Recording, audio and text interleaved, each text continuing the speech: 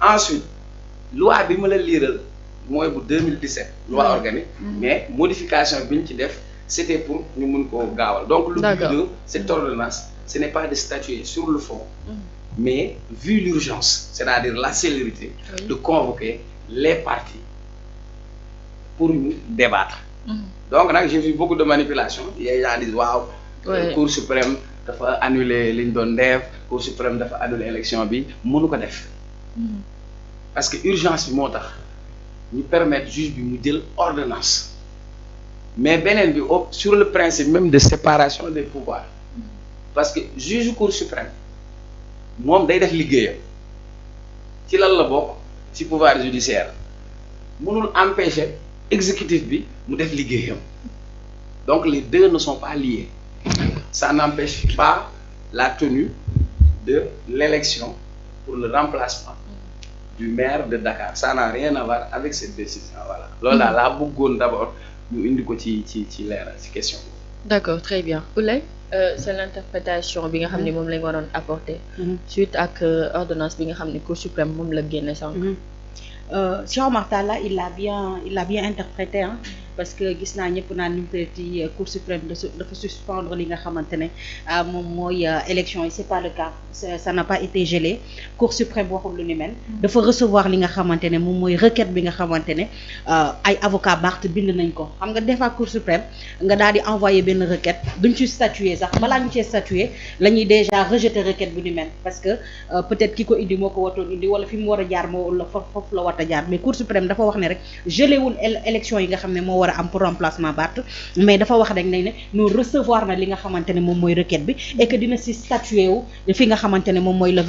25 août la ci statuer wu et que nañu xaar li nga xamante ne moom mooy décision définitive bi le 18 septembre 2025 loolu la communiqué Cour suprême wax. Maintenant nag sur les réseaux on a vu que voilà Barthélémy Diaz aujourd'hui a eu gain de cause et que Cour suprême suspendre na li nga xamante ne moom mooy élection yi ñu war a wax ak yooyu yëpp ni ko Cheikh Oumar Talla détaillé c'est parfaitement le cas c'est pas ça du tout ce que Cour suprême wax tey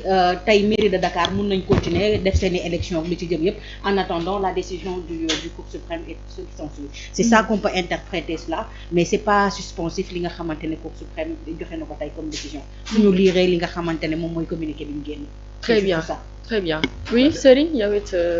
même gis-gis bi nga am. Ouais, mais bon, même gis-gis là, même avis là, même opinion que le Cheikh Omar joxe bi Souleymane également joxe mais nag quand même y a de la manipulation yoo xamante ni am na si xam nga Cour suprême moom c'est une juridiction bañ na ko bari ni Cour suprême une juridiction suprême et je pense que ordonnance bi nga xamante ni wàcce nañ ko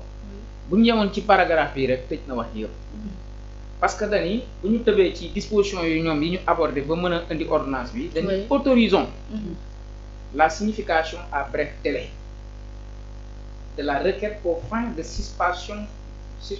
de l'exécution de la décision etc. maanaam Barthélémy Diaz bi nga xamante ni autorités yi jël nañ décision wu véritablement réunir le conseil municipal en section extraordinaire sous l'initiative du ministre des collectivités territoriales mu di Moussa Balla Fofana depuis boobu moom dafa def requête pour contre loolu pour que gars yi suspendre loolu ba Cour suprême mën a génne dogal bi nga xamante ni moom kii woon na pour ñu wàcce dogal boobu maintenant nag Cour suprême si grandeur am ak mission am également day wane ni jot na une notification officielle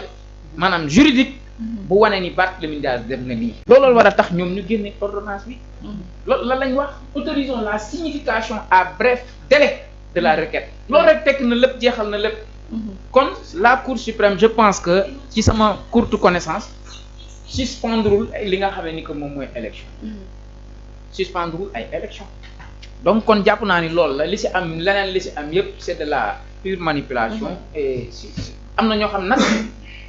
seen xam-xam dafa gàtt ñi tam si wàllum yoon parce que ni ma déggee Khadim Bamba ngay bureau bi nga dugal wax ko effectivement am na presque ñenn ñoo xamante ni jàpp nañ ni Cour suprême moom déjà fi mu toll nii élection yi la ni bu mu amati est-ce que du loolu lañ doon xaar peut-être moo tax ñu am waaw mais man réaction boobu à la man ci sama xam-xam bu gàtt laay waxee pour man Barthélémy Diaz il a déjà perdu parce que ñëpp xam nañ ni recours ba mu defoon amul effet suspensif loolu terewul ña nga xamante ni ñoo di les autorités mën a wéyal décision bi te loolu boo ko bëggee xam da ngay dellu rek ci jurisprudence bu Khalifa Sall. Khalifa Sall bi ñu demee cour d'appel kase rek. surtout cour n'est pas cour d'appel gis nga bu prononcer sa décision maman. loolu mooy wane ni dossier bi vidé nañ ko ci fond bi. Cour suprême nag c'est une juridiction de droit. moom procédure bi lay xool mais dès la cour d'appel rek mbir mi jeex na tàkk. yow Khalifa Sall cour d'appel bi mu prononcé avant ñuy dem cour suprême ñu ngi exécuter la décision. le plus rapidement possible réunir le conseil municipal pour remplacer ko ak beneen maire xam nga mbiru Barthélémy Dias bu ñu bëggee wax dëgg te yàlla tax mbir mi waroon nañ ko sax dépasser lii maanaam waroon na fekk sax Dakar actuellement nii suñu sukkandiku woon ci loi bi xam nga loi bi lu mu wax maire bi bu fekkee dafa am empêchement définitif am na gàllankoor bu leer nañ prononcé nañ décision bi mu jeex tàkk dañ ci section ordinaire bi ci topp rek conseil municipal war na revenir kon bu ñu appliqué woon véritablement la loi rek mbirum Barth moom sax effacé woon nañ ko jeex na tàkk ba tey mairie Dakar waroon na am kii kon nga xam ni autorités yi sax dawal nañ ci yërmande xaar bi sax dafa yàgg kon mbir la woon mu ñu waroon a jeexal bu yàgg. kon nag jàpp naa ni leneen li si def yëpp c'est de la manipulation attendons de voir la suite des événements xool fu wànnante gi mu jëg bu tam mais daal pour man Barthélémy Dias il a joué et il a perdu. Mais en tout cas, sur les réseaux sociaux, quand même, c'est extraordinaire de voir l'interprétation qu'ils ont fait de la décision bien que la Cour suprême génne na ko léegi. Parce que tout le monde l'interprète comme il veut. Et que je vois même am na benn télé boo xam ne actuellement comme ça ils ont titré li nga xamante ne mooy Cour suprême suspend li nga xamante ne mooy décision bi maire bi jël pour remplacer ki nga xam ne Barthélémy Dias ba pare di ci débattre. Ce qui veut dire que la presse est malade. Il faut soigner cette presse-là. Et puis pire encore. Est-ce que c'est la presse en tant que telle? Mais aujourd'hui télé laa la wax moo bind titre. D'accord. di ko débattre. Je pensais que tu parlais des réseaux sociaux. non déggoo li ma la wax dama la ne si réseaux sociaux la fa rek mais seetaan naa benn télé léegi boo xam ne loolu la titre ba pare ñu ngi fa di débattre yu metti borom bopp yu rëy yeeg borom kii ko ñoom ñëpp a ngi di wax di loo xamante ne franchement c'est dommage au fait il suffit juste de lire on n'a même pas besoin de faire du droit pour pouvoir comprendre l'interprétation de cette décision là et c'est pour ça que je dis que la presse elle est malade et il faudra le soigner. D'accord, oui, Charoma. C'est-à-dire manipulation bi tàmbaliwul tey soo fekkee ni émission bi ñu mujjee def moi j'ai lu un communiqué dañuy ànd ak Barthélémy Dias dans ce communiqué Serigne ñu bind article L 270 du code général des collectivités territoriales j'ai alerté pour dire que article boobu ça n'existe pas biñ ma weddee j'ai sorti tous les arguments parce que dañu bind un communiqué man je peux pas admettre nga nekkoon maire nekkaat maire nga ne yow lu sérieux nga am tout un staff ñu bind un communiqué et dans ce communiqué vous mettez un article imaginaire qui sort de votre imagination ñu bind man li njëkk a attirer sama attention xam nga Serigne suñu nee article L automatiquement sa xel fu muy njëkk a daw mooy code électoral bu ma gisee article L 270 du code général des collectivités territoriales j'ai dit non loolu mënul nekk quand je suis allé vérifier le code général des collectivités territoriales article 270 baa ngi nii boobu article il parle des représentants de l'État sont délégués du président de la République dans leur circonscription ça veut dire mooy les sous-préfets les préfets loolu lay organiser le pouvoir déconcentré tandis que ñoom article ben bindoon ci seen communiqué waxul sax lu jëm ci loolu donc loolu mooy première manipulation pour man c'est une question d'abord